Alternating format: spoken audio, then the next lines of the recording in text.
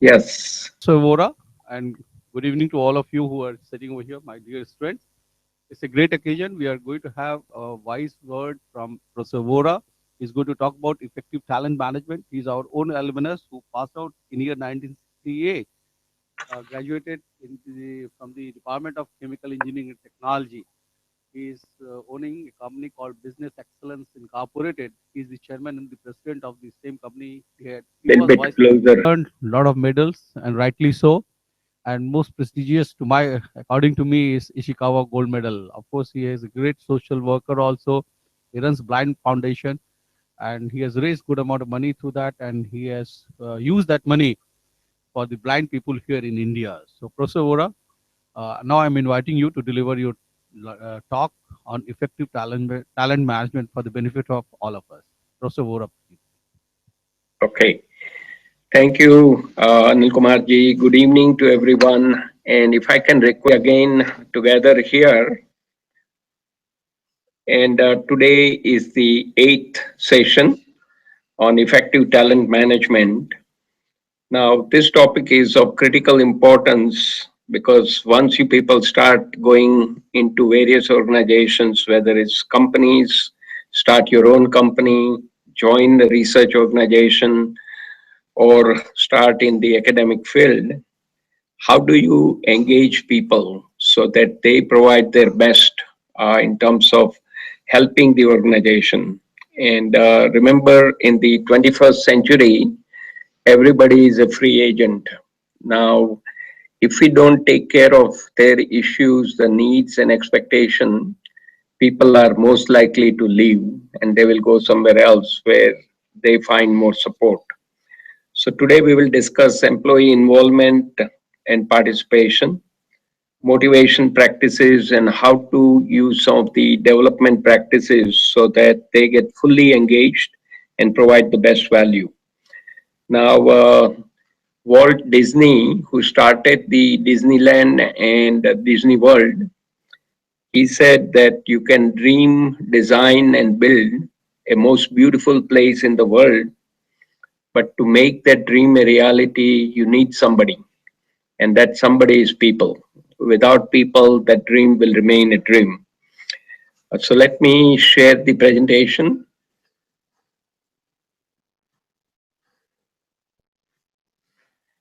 So the roadmap is we will look at why employee satisfaction is important, and then what are some of the basic talent management principles, quick review, and then we'll dive into the how the talent management practices by focusing on employees, participation, motivation, and development. And then I will take a look at some of the best practice examples from the US Baldrige award winning companies and a few key references. So, world over, the great organization have figured out a simple recipe. In order to excel and achieve the organization excellence, you need to focus on three things. At the top is you need to delight your customers through voice of the customer, which is the next topic 1 week from today, the 29th. Then the customers can be delighted only when people are excited. And when people are excited, we learn it through the voice of the employee, surveys, etc. They can improve the processes. And when you manage these three things, your operational performance is outstanding. And as a byproduct, your financial performance should fall in place. Now, here is a great model from Sears, which is a retail chain of stores in the US, and they have well over 2,000 stores in North America, including Canada and Mexico. Now, during their good days in mid 1990s, they did some empirical work and put together a model which has been written up in Harvard Business Review. At the top, you are seeing their vision, which was three C's: a compelling place to work, that's people; a compelling place to shop, that's customer; and a compelling place to invest, that's finance. Now, what they did during their study, they found that the employee attitude towards their own job and Sears as a company were the critical success factor. And if that factor changed by 5% uptick, customer buying behavior went up by 1.3%, and the financial growth was 0.5% per store, and they have well over 2,000 stores. So this was a very successful model. And the essence of this is you need to focus on your internal customers, which are employees. If you take care of them, they will take care of your external customers. And when external customers get delighted, they will keep buying more from you and the finances will come through. Now, here we have Southwest Airlines, which is run by employees. They set all the policies and they listen to employees more than the customer. Now, this is another simple principle to keep in mind, that in order to engage people, we need to be using the customer supplier relationship internally, where you will be sitting in the middle and you have an internal supplier person ahead of you in the chain. You give the requirements to that person, what you need, when you need it, how you need it, receive the input and provide the feedback. Likewise, you need to understand the requirements of the next person in line, then use the input, create an output, and proactively get the feedback. When you work in harmony within the organization with a single focus to satisfy and delight the external customer. So here is the Baldrige Performance Excellence Criteria Framework, started in 1987 with the Act of Congress, and since 88, well over 110 winners have been declared in various areas: manufacturing, service, small business, education, healthcare, and non-profit, including government entities. First category is leadership is like an engine.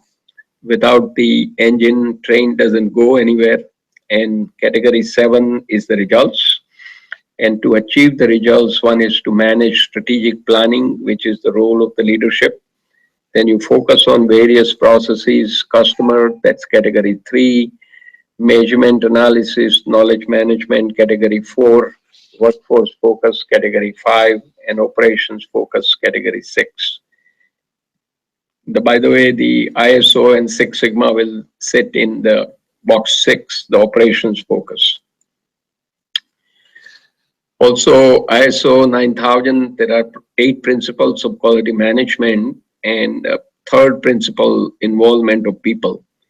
When people at all levels of the organizations are fully involved, engaged in helping the customer and improving the organization, that is the intent and the crux of the ISO.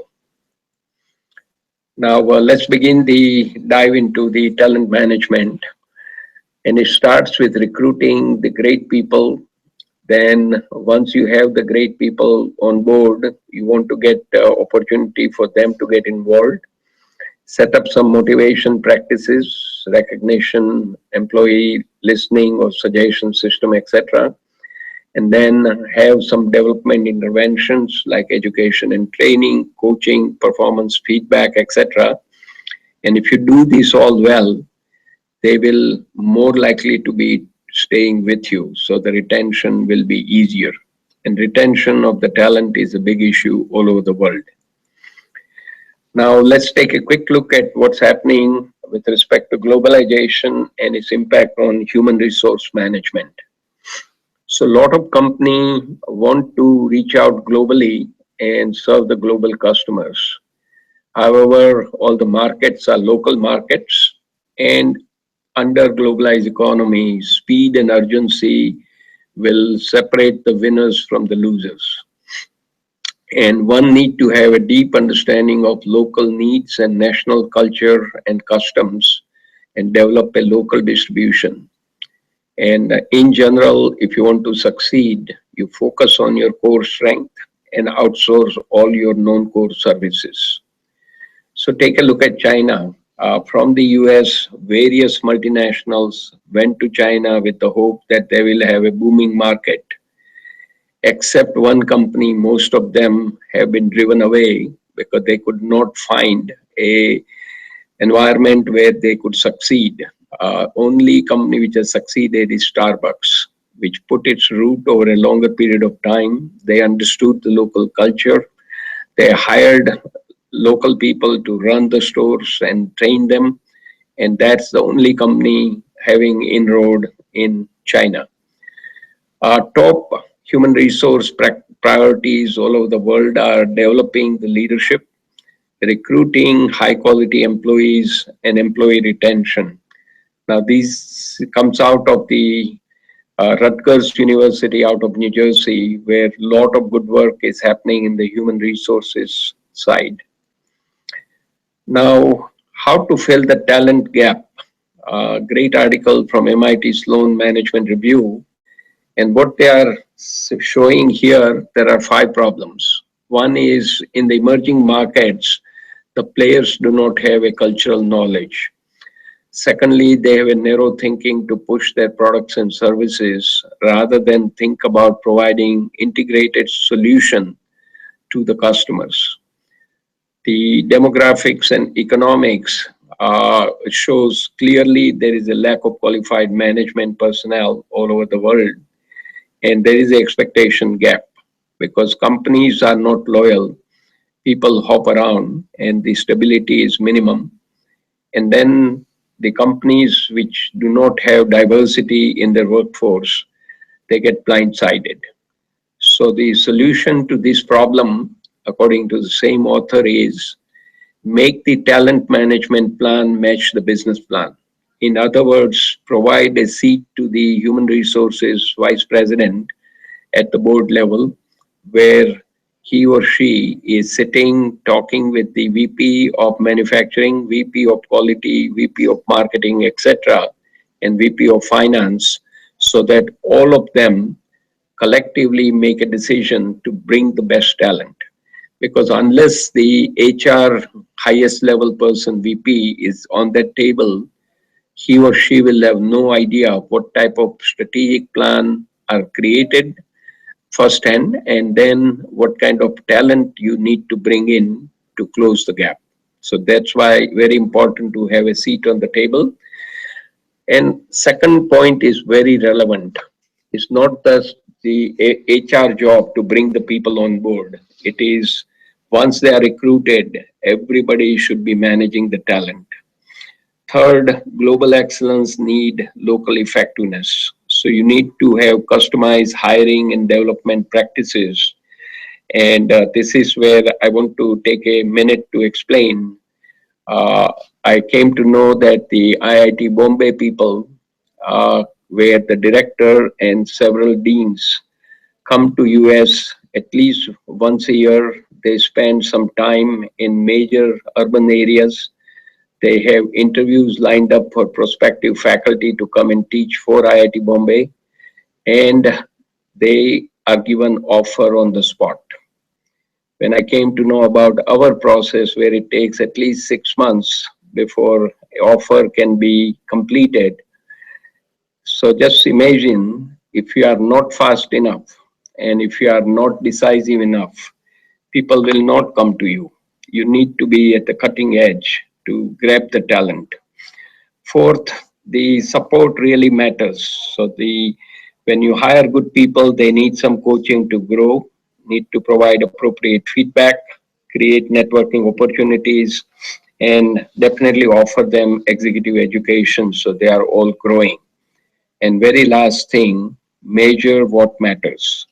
The metrics for talent development should be linked to the strategic objectives because once it's part of the strategic plan, there'll be resources allocated and there will be people assigned to work on the critical issues from the HR perspective. Now, here comes a wonderful news from the Gallup organization, which is a marketing organization. They get extremely active during the political season. We have an election coming up for the US President's office this year in November. And Gallup has been active for many, many years, and they wanted to find out what makes an employee effective employee. So they conducted over 1 million employee surveys. They backed it up with 80,000 manager interviews. across the companies, industries, and countries, and they wrote a book called First Break All the Rules. So if you are in the HR field, this should be the Bhagavad Gita or the Bible of your discipline. First break all the rules.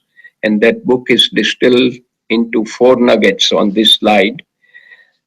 The first item is select a person based on talents and train the person for skills. Now, by talent, I mean what comes naturally to you. You are born with it, you are hardwired with it. If you have that talent and if you have a positive attitude, you can do wonderful things. Secondly, set expectation by defining the right outcomes, not the right steps. Macro management versus micromanagement. Third one, motivate a person by focusing on strengths, not on weaknesses. Now, this is totally against the way we work in the real life. So, when performance feedback is given, generally the focus is on negative and the good things are overlooked. Gallup has written another book called Soar with Your Strengths. There's one interesting and humorous line in that book, which is you don't teach a pig to sing, as the pigs are not known for good singing. You don't teach a pig to sing, it annoys the pig and it wastes your time. And that's how exactly we run the performance feedback sessions in the workplace. Focus on negatives, make people feel little, and they get frustrated that day.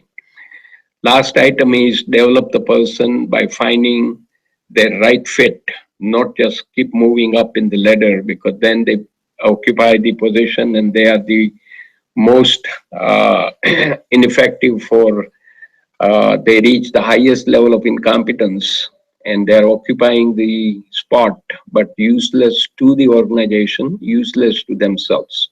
They stop growing. And those are the misfits ruin the organization in the long term. So, with those four critical areas, you've done enough to engage and get the right people to join you. Once you have them, here is another great work from Gallup organization, Strengths Finder 2.0. I would highly recommend all of you to buy this book. And one disclaimer, I do not own any stock in the Gallup organization. Uh, this book is written after their years of database. And what it does is, first of all, it's a strength. They define it as the ability to consistently provide near perfect performance. And the strength is defined as a multiplier of talent, time investment, and strength is shown in the graphics at the heart. And the talent is thinking, feeling, and behaving, three bubbles with the T in it. And then I is developing your skills, building up knowledge, and building up the experience. So, a couple of short examples.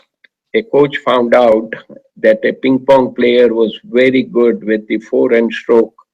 He gave him so much practice only with the forehand stroke, and he became the world champion. He did not need any practice in the backhand stroke. So the idea is the supervisor or manager needs to find out what the strength of individual person is and then make the assignment congruent to the strength. Then that person will be self-starter. Most likely he or she will not need supervision and they will provide you outstanding output. And this book you need to buy, and this is the book you have to buy new. It's roughly around $12 here. When you buy it, at the back of the book, there is a small envelope with a code in it. You open the code and use that code to take a test online. And out of 34 major strengths they've identified with the database all over the world, it will give you your top 5 strengths. Both my sons use this book. I've given them the copy of the book and I've used it. And here are my top 5 strengths, just as an example. So I'm more like a conductor of a symphony, enjoying managing all the variables. Secondly, I am an achiever. It keeps driving me to keep moving. I'm a learner, go from the deliberate journey from ignorance to competence. I'm a maximizer where I look for excellence first from myself and then from people around me. And a simple example, my first son, when he was in high school, I used to work with him very, very closely. And then at his graduation speech, he was number two in the class of 300. He said, my dad was driving me crazy, but at the end, it worked out great because that motivated me to do better. And he ended up at Stanford to get his degree in computer science. So the key is to expect a lot from everyone and also create resources for your people. Last one is I'm a relator. I build a relationship with people who I work with. And now we will fall into the employee excellence model. The employees get excited when we create opportunity in the area for participation, motivation, and development. So let's take a look at that. In terms of the participation, once the person joins the company, you need to have a orientation held very quickly within the first week to give the overview of the organization, show the history, what are the key services and products you are providing to your key customers and markets, what's your vision, mission, and values. And if you have executives who attend this session, it's definitely a plus, and it should be done immediately. In terms of mentoring, uh, when you have a new person, idea is to have that person assimilate in the organization very quickly. Now, only way it can happen is you assign a mentor to the new hire.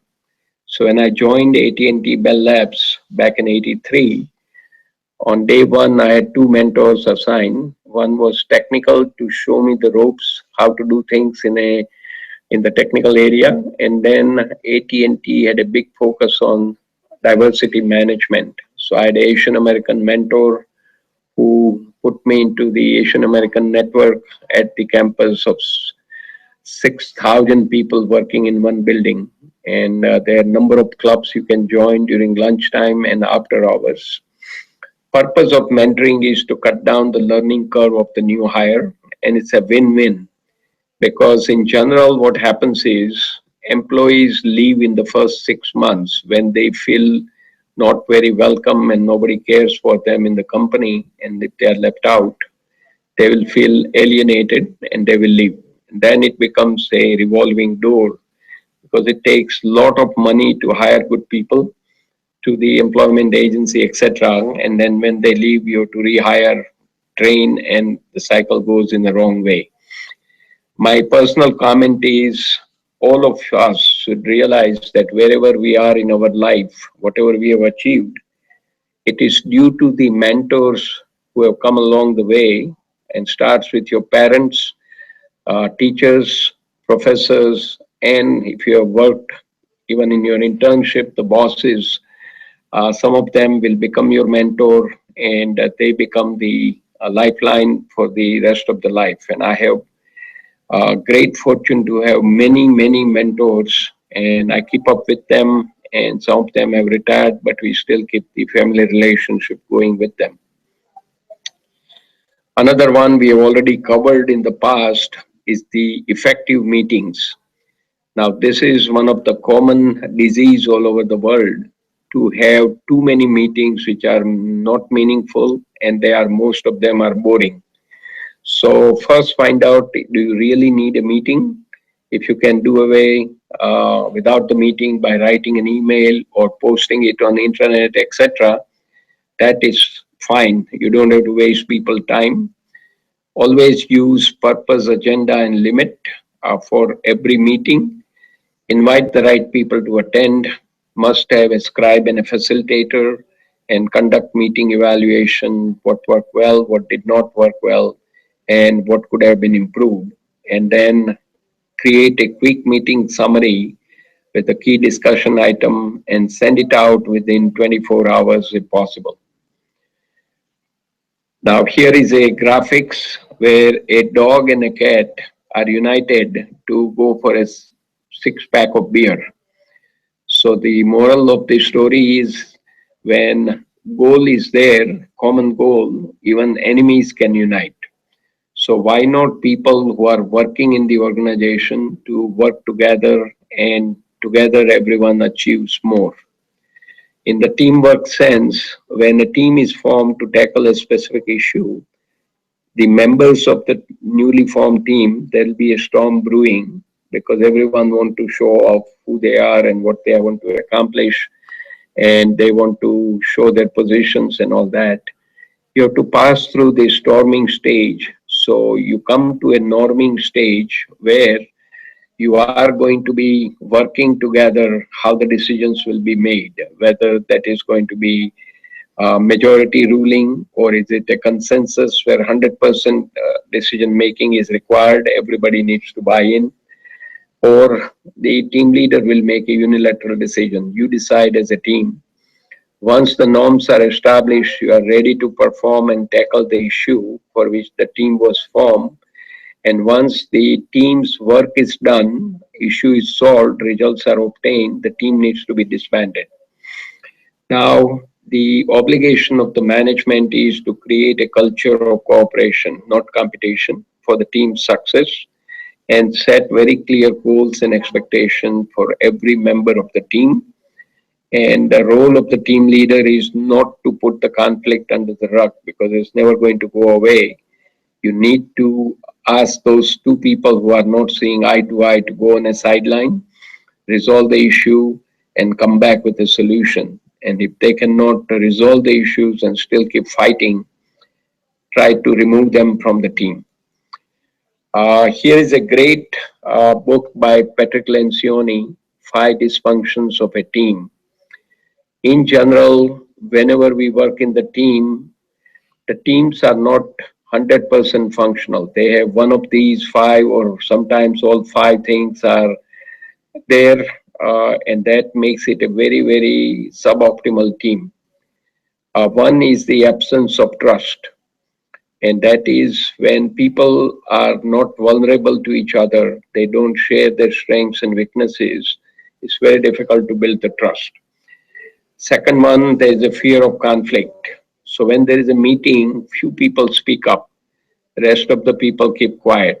Once the decision is made based on few inputs, people go outside. We call it a parking lot meeting where they say this was person ABC's idea. Let he or she do the work. I'm not with them and I'm out. And that hurts the team. So the real solution is when the issue is under discussion, you use a funnel model where you want to have a lot of divergent ideas from many people, all the people. Everybody speaks up, then you distill it together as a team and decide the course of action. So divergence to convergence, and do not create artificial harmony, but speak up. Third one is there is a lack of commitment because things are not clear. You have to make everything absolutely crystal clear, then people can commit to it. Fourth is when team members have the responsibility assigned, they need to deliver the results of their part and they need to be held accountable by other members of the team. And the last one, the biggest dysfunction is people get carried away in their status and ego and they take the eyes of the ball on the results. They forget why the team was chartered and what results they have to deliver to the management. And these five dysfunctions needs to be checked out by the team leader with the help of the team members. And if any of the dysfunction is present, it should be removed quickly. Now we move from participation in involvement to motivation side.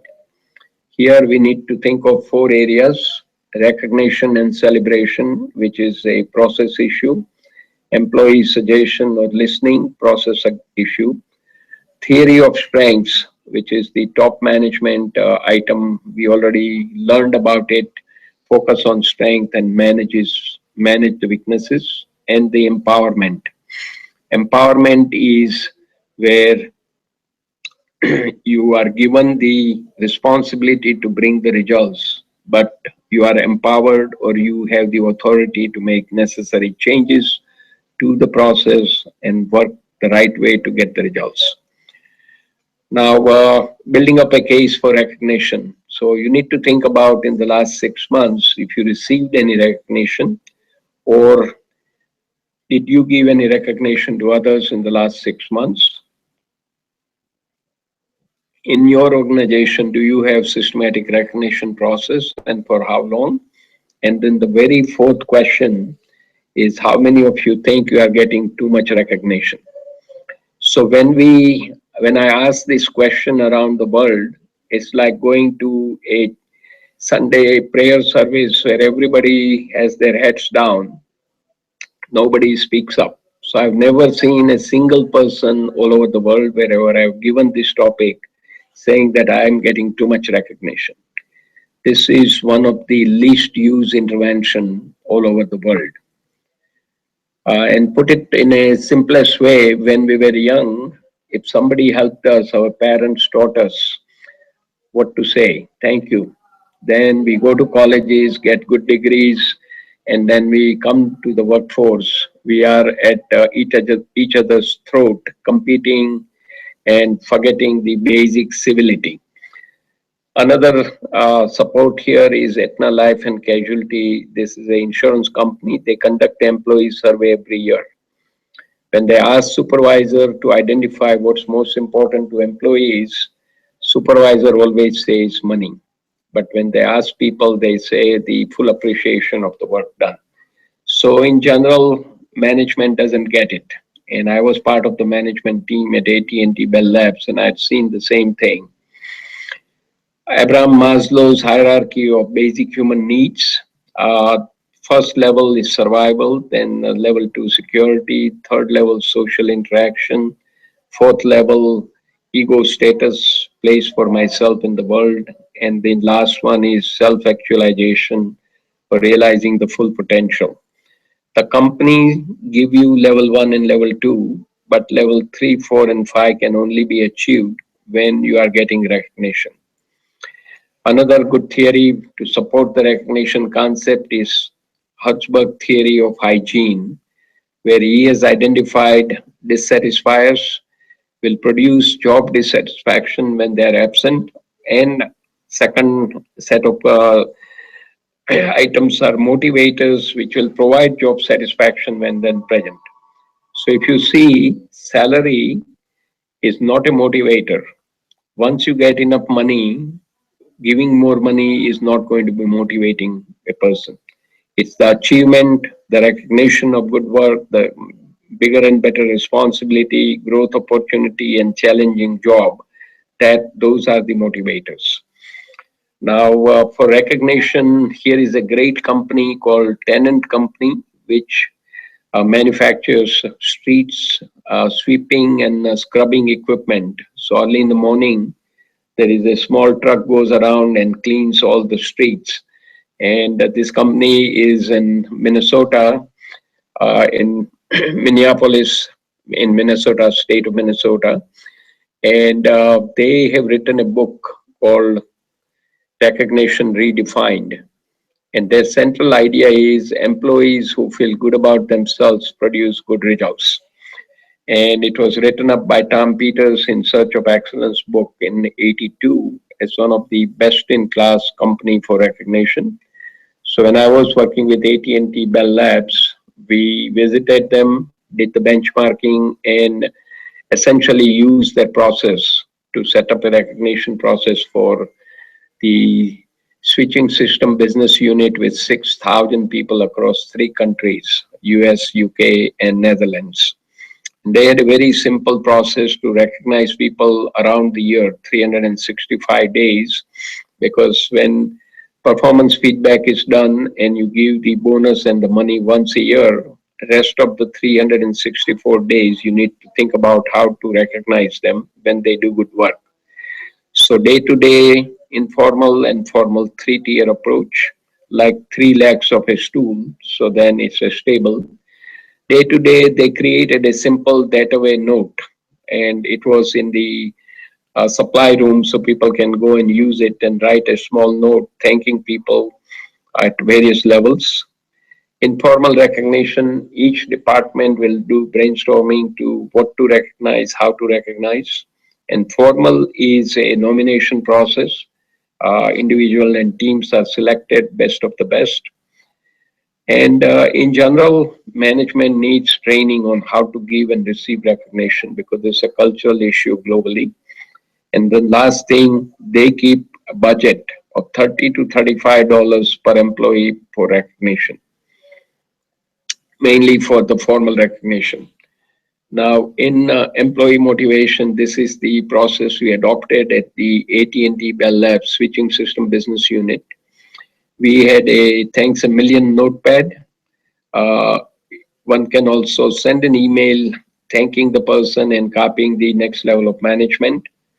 Informally, we had number of ideas and several things like small memento, a certificate, a coffee mug, or dinner for two, or two movie tickets were given out when teams or individual did great work. And in the formal area, where only 2 to 3% of the people can be recognized, nomination, evaluation, and celebration once a quarter. Now, in order to be successful, you need to determine the need for recognition and manage it as a process and allocate the budget and monitor it quarterly. Another big issue is, in general, particularly in the Western world, we do not listen to people who are working in the company. So, on an average, there is a half a suggestion per person per year compared to 200 suggestions per person per year from Toyota Motor Company.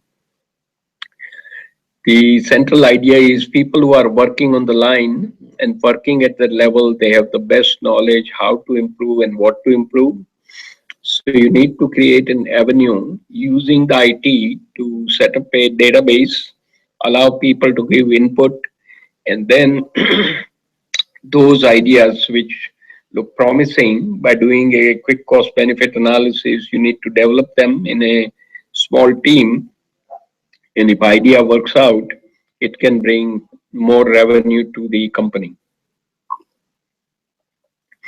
And in this area, it's okay to give money where recognition we saw was non-monetary. This is where you can give monetary compensation. So AT&T Universal Card Services used to give up to $10,000 or 10% of the new revenue from a new idea for the first year of its use.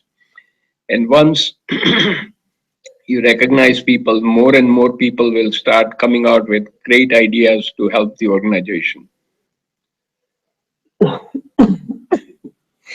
Now we are going into the section on development.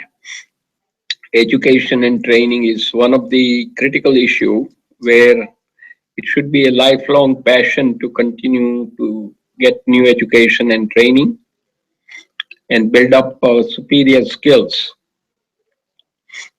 Here, the leaders can lead by examples. So there is a Millikan and Company. They won the Baltic Award in manufacturing, and the Roger Millikan, 62 years old CEO, he started taking a course on design of experiment at night. So the word got out that the old man is up to something. He, in reality, could not do any design of experiment himself because you need a statistician to do it. So he wanted to set an example that it's okay to learn something new, but make a connection and help the organization to benefit from it. Here, the good companies set a goal. When I was with AT&T and T and Motorola, I've seen and other places which are the great companies, they have a specific goal of 40 hours of training per person per year. and they allocate budget for it on a yearly basis. It all gets on the electronic database, and the reports are generated monthly for management and employees to review. It gets filtered into the annual review process, and you can learn in many ways. Take the classes, let's view the get the videos, books and journal reading, and you can do cascading of the training, train the trainer. And we used to have education and training as a recognition. So when you have done good work, department director would select few people to go out and take specific training and bring back the good learnings. In education and training, critical issue is the determining the effectiveness. The four levels are reaction, immediate feedback, that's a survey generally you have seen. Level two is a learning, before and after, what is the knowledge retention? You can set up a test using the computer. One and two are easy to do, but level three, which is most important, the purpose of the new education and training at the workplace is to change the behavior. So after 6 months, was there any improvement in the performance at the department level? And level four is the actual results, return on investment, to assess the value of education and training through the supervisor of the group. So what you want to do is make the education and training as a profit center, not as a cost center. So when the economy goes down, the two areas get X'd out, education training and R&D. And those are the two areas you need the most when there is a downturn, because when the business cycle goes up, without those two, you do not have the right talent and right resources to go up. Keep in mind, learning is a process, not a goal. So it's not just bin counting that you have done X number of hours, you are good. You have to continue to learn, lifelong learning. And each new insight creates another new layer of potential insights, the aha moment.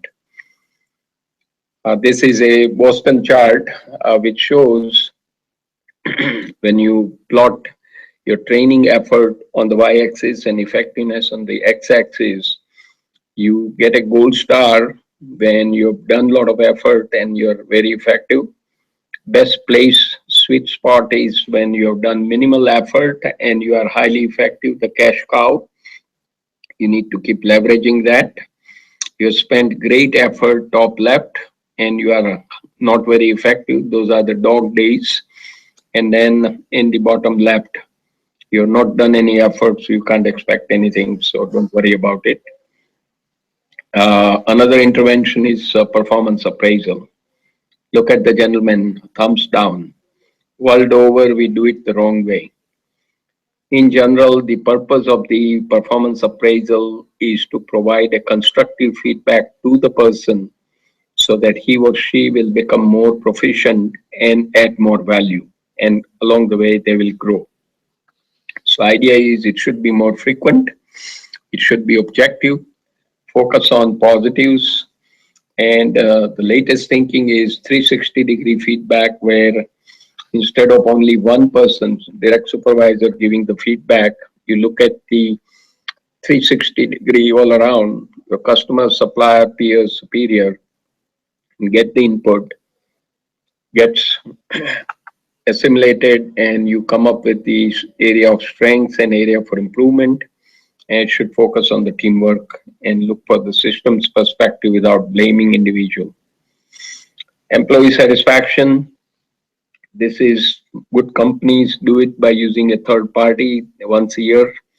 Keep the same questions and then look for areas of strength department by department and areas for improvement where department directors are held accountable to improve. Coming almost to the close of the presentation, employee retention ideas. This is a huge challenge all over the world because the talent is scarce.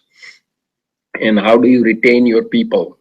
So a book is written called Love Them or Lose Them, How to Retain Great People to Stay With You. Uh, in general, the central idea is if you want to keep your good people, you have to work on three things. Every month or at a minimum every quarter, you have a one-on-one meeting between supervisor and employee, manager and supervisor. Ask three questions. What keeps you here? What it will take to take you away from here to the competition? And third, in the short term, what can we do to make your job easier? What is coming in the way? By keeping that dialogue going, you will know that your good people, what they are thinking, and otherwise it becomes a big surprise. When people start leaving, it's generally the good people who leave, and then the boat sinks because the incompetent people will stay and they will drag down the organization.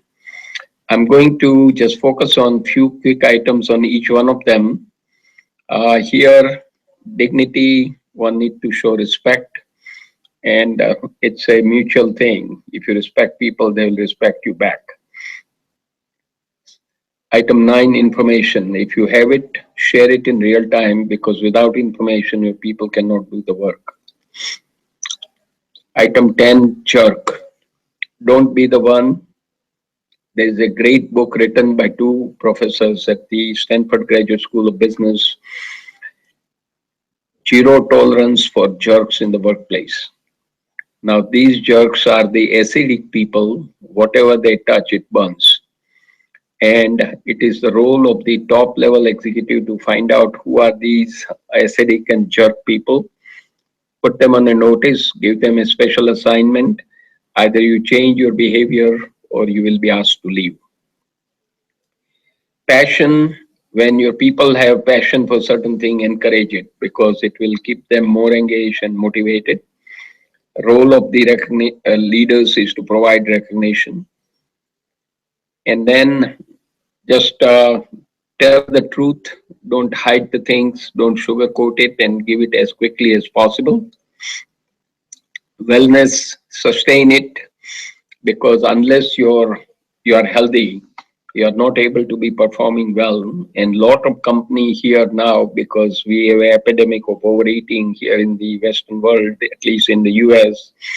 So they have a walking trails where at lunchtime people walk for 30, 40 minutes and they get some special points. And yield, power down. Give it up to keep them and engage them. That's a book. Love them or lose them, getting good people to stay. Here is a 12 question questionnaire from the Gallup organization, focusing on how well your people are engaged. And if you use this, you will get a barometer whether people are happy, unhappy. Those who are unhappy, you can take care of them. Just to final wrap up, some best practices. AT&T Universal Card Services, they got the Baldrige Award within 3 years of their formation. This is the company we started issuing the charter Visa card, and within 3 years, because they had great processes in place, they won the Baldrige Award in service, which is huge thing. They spend 2% of the payroll in recognition and suggestion. FedEx employee survey, 91% are proud to work for FedEx. IBM Rochester, technical company, they spend 5% of the employee payroll for education and training. Millikan and Company, we talked about, they get 90 suggestions per person per year versus average US zero point 0.5. School district K through 12 in New York, Pearl River School District, the faculty satisfaction and staff satisfaction went up. First SSM healthcare winner in the Baldrige, the employee turnover went down. And a small company, less than 250 people, Trident Precision, they get 95% of the improvement ideas from the employees, and they have a track record of 100% implementation of these ideas coming from the people. So to sum it up, if your people are motivated, they will bring innovation to their jobs and improve your processes to delight your customers. Lots of great references, two great books by Bob Nelson, 1001 Ways to Energize Employees, 1001 Ways to Reward Employees, paperback, great books. Special thanks to all the people listed here. And as I mentioned, today is the eighth topic. The ninth topic is coming up next Friday, Voice of the Customer Management. Again, very important topic in the hierarchy of things. And then we'll pick up the two in February, Operational Excellence and Effective Supply Chain Management. And because of the March is a travel month, we'll have the last session in April. ASQ India, contact CB James. And with that, my presentation is over. We will be taking the questions using the chat box. So kindly type in any questions you may have, and I open the chat box.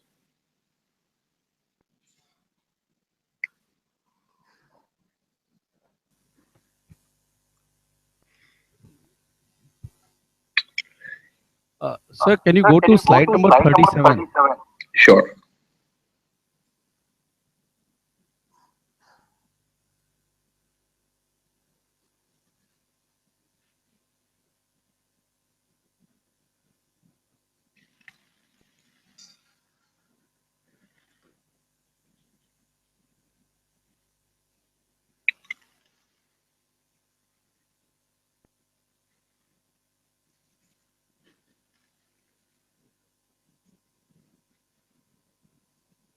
So 32 and 37 both. Yeah, I'll go there in 1 second.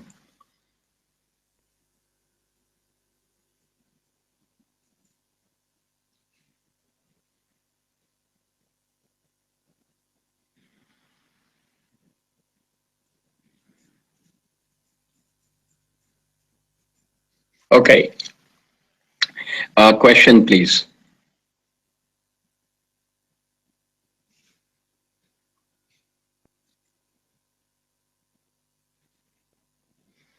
Go ahead. Your question, Anil Kumarji. On ordinate side, we see training cost. Mm-hmm. On APSISA side, we see training effectiveness. Correct. So don't you think logical way would be to spend less on training and have maybe the best effectiveness? True. So that is the one shown at the bottom right, which is cash cow. We're doing minimal effort, you are getting maximum effectiveness, because when you do a lot of effort and when you get the effectiveness, it is expected. So you are getting a gold star for it, where your efforts are appreciated. But the best area, the sweet spot I mentioned, is the bottom right.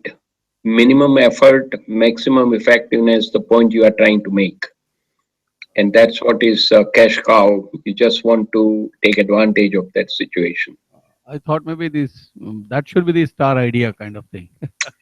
It's matter of choice and matter of taste. Probably, But probably like maybe my personal feeling is that when you have an organization like what is prevailing in IIT BHU, probably you have to invest a lot in initial training, and then maybe over time we may find that we have to invest little on training, and then we'll find a lot of effectiveness. What do you say?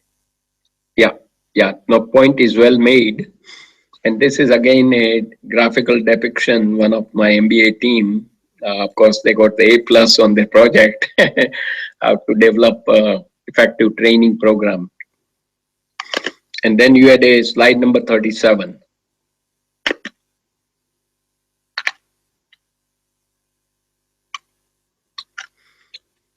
Okay, so the question. We should see. Can you dwell on point number 20? Okay, truth. Yeah, so I think the idea is the role of the top management is to tell the truth to the people. So if you, and I'll have to put it in perspective. When I was at the AT&T, when they are going to get the reorganization done, we generally used to read it in the Wall Street Journal.